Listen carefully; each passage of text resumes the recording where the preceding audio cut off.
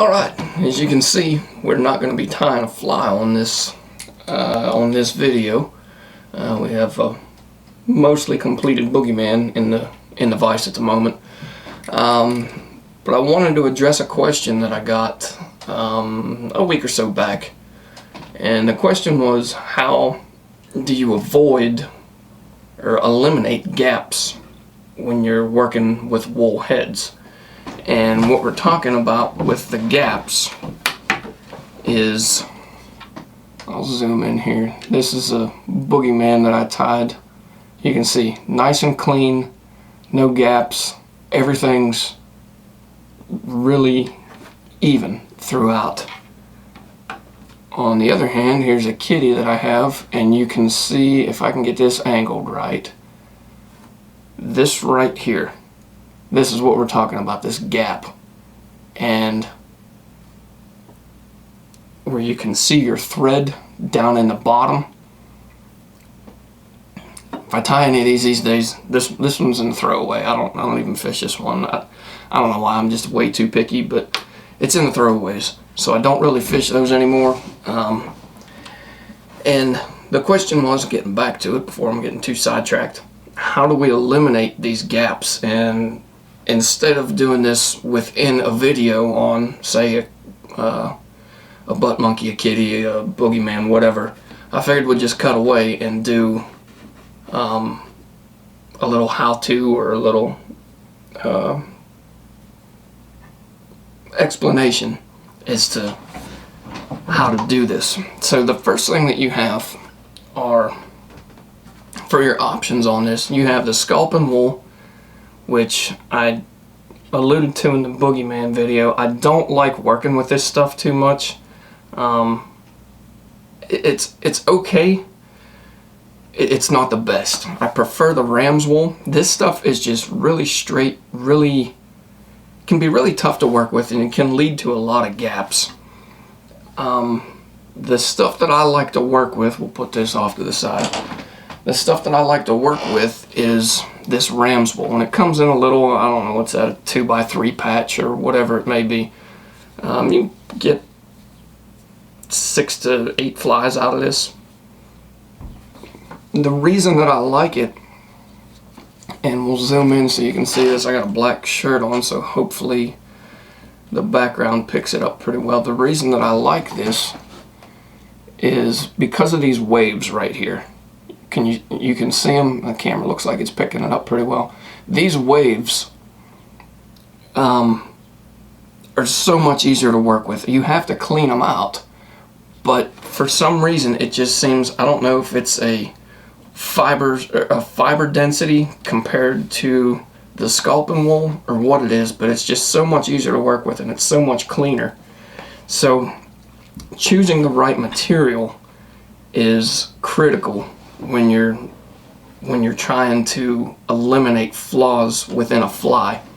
I would say that that's more important than the actual tying, getting the right materials. So just don't go into a fly shop and pick the first one off the shelf. If there's multiple ones in there, go through and look for these characteristics. You want them nice and wavy. If it's real straight right off the bat, chances are it may not be the best. I mean, it's still going to be better in my opinion than the Sculpin wool, but it may not be the best. So when you get this, you take these, and while these waves are something that you look for, it's also something that you want to eliminate before you start tying. And I do this, and I clean this in a 3-step process. Before I even cut this off of the patch, I'll just take a comb right through here, and I'll just go right like this. Nothing real in depth. It doesn't take me but 10 seconds maybe, and it just kind of cleans your fibers up. You get some junk out of it, not a whole lot. You get some junk out of it, but it just makes it so much easier to work with. If you try and tie in on something like this, where it's just pure waves, what you're going to wind up creating is bulk, and then you're going to create a bigger footprint for your thread, and that's where your gaps are going to show in the head. So what you want to do is just clean that up as best you can before you even cut it off at the patch. Okay, now I have the first two portions tied in already. The second thing that I will say about this is don't trim them too much. Keep this stuff long. It's easier to manipulate when it's longer. You can separate the fibers even more and have a cleaner head. So we'll go ahead and I don't want to zoom in just yet. What I'm going to do, the second part of this cleaning process is after I run it through that comb while it's still on the patch, I just pull this out, get about the amount that I want to tie with, and I'll just clip this off, and then I'll run it through the comb a second time. And this is just getting any excess material out. Here it is. Here's the stuff that you would have been trying to tie onto the hook. All this stuff going in an opposite direction, going in different directions, is going to create, once again, a bigger footprint for your thread. So if we can eliminate this, this is going to allow the thread to get closer to the hook, creating less bulk, making it easier to cover up. So what I'll do with this is I'll flip it around backwards. And you can see how this is nice and clean here. The waves are still in there, but it's individual fibers that we're working with. Let me try to get this. There we go. We have individual fibers. We don't have a clump of wavy material. So if you've watched the Boogeyman, you've watched the Kitty, any of the other videos, this is how I personally tie mine in. I have the two stacks, top and bottom on the top, and then I'll just create this little cone section. I'll tie this in, loose wrap, and then you can go ahead and pull tight. 2 wraps, that's all you need. If you continuously just go over and over it, you're going to have more thread. It's going to be tougher to cover up. So then I come right in front of it, pull tight again, and then you're set.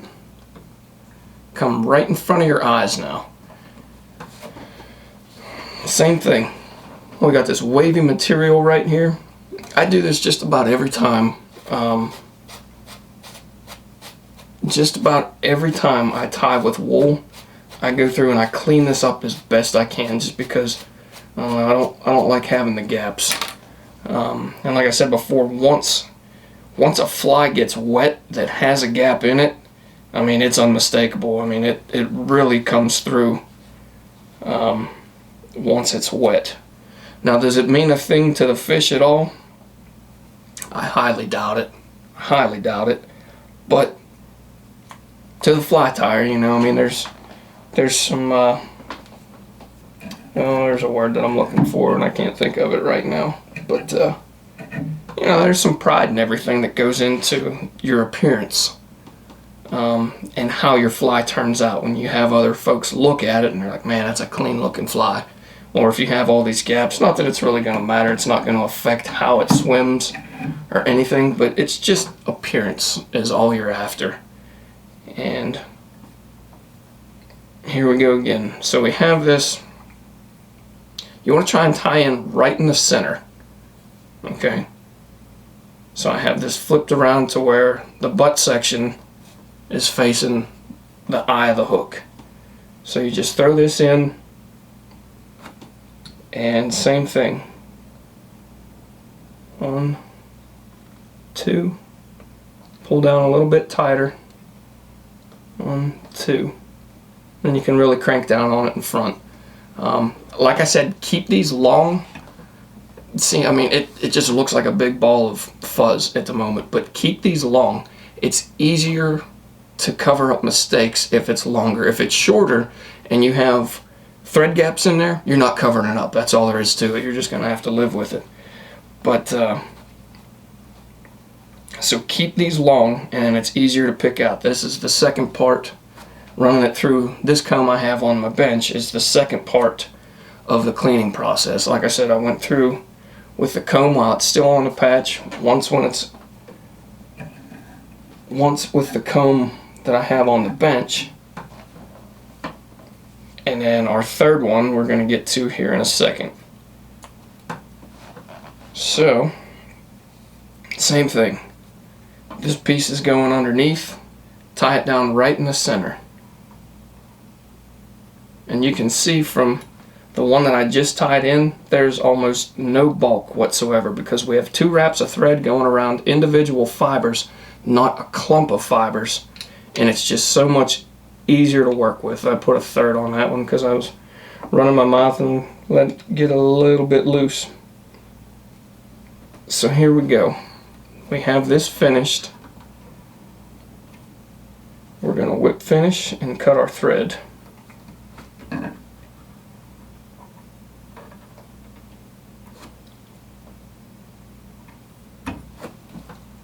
So you can see we have just material kind of going everywhere at the moment. Get that out of the way.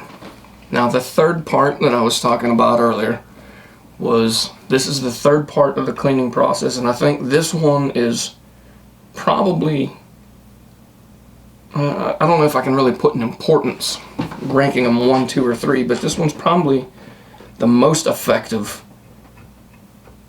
when it comes to covering gaps up. So you just run your bodkin right through here, working this through, and you'll start to see some of the waves disappear. I mean, they're still going to be in there, but all that's doing is covering up, it's filling in spaces throughout the head. So just kind of clean this out in every direction. You're hardly going to be able to see your eyes.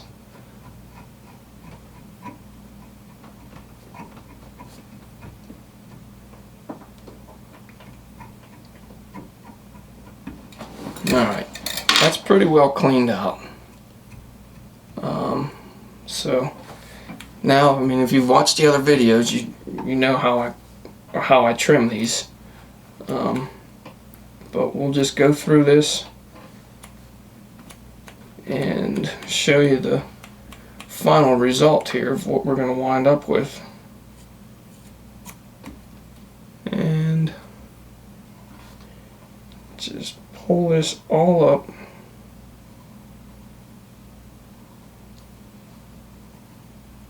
I'll take this one nice clean cut underneath.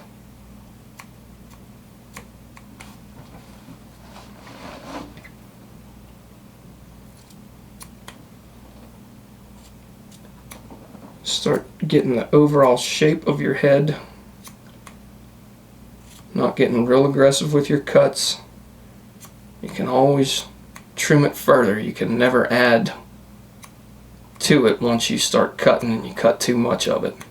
You want these heads to be nice and bulky because they do slender down slightly when they get wet. You want to give that overall big profile on the fly to imitate a sculpin head. And we'll just keep going through here. I'm going to pull this out of the vise, not get too carried away with trimming it, just make it look presentable for the camera, that's all.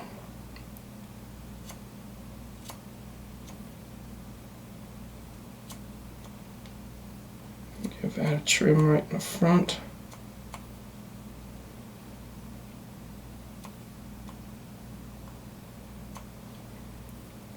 And that's all the further I'm going to take it. The overall shape I'm not too crazy about, but that's not what we're really concerned about here. What we're concerned about is eliminating the gaps within the head. So as I zoom in on this, you can see nice and clean throughout the fly. There's no gaps in the head. Everything is good and clean. Can hardly see the eyes there. I'll trim those up a little bit later on. But that's what we're looking for.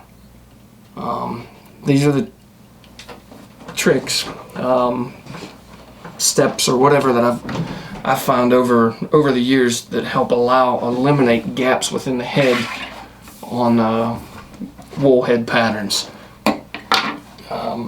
If you guys have any further questions about anything, really, I mean, about any of the steps that we go through, I got fuzz all through my nose here, about any of the other steps that we go through in any of these patterns, shoot them to me. We'll do a little cutaway video on something and hopefully answer some questions that you guys do have. But I hope this helped out, and hope I answered your questions. Keep sending them in, and we'll catch you on Wednesday of this week, I think. That's when we'll be releasing the next video. So thanks again for tuning in. We'll catch you later.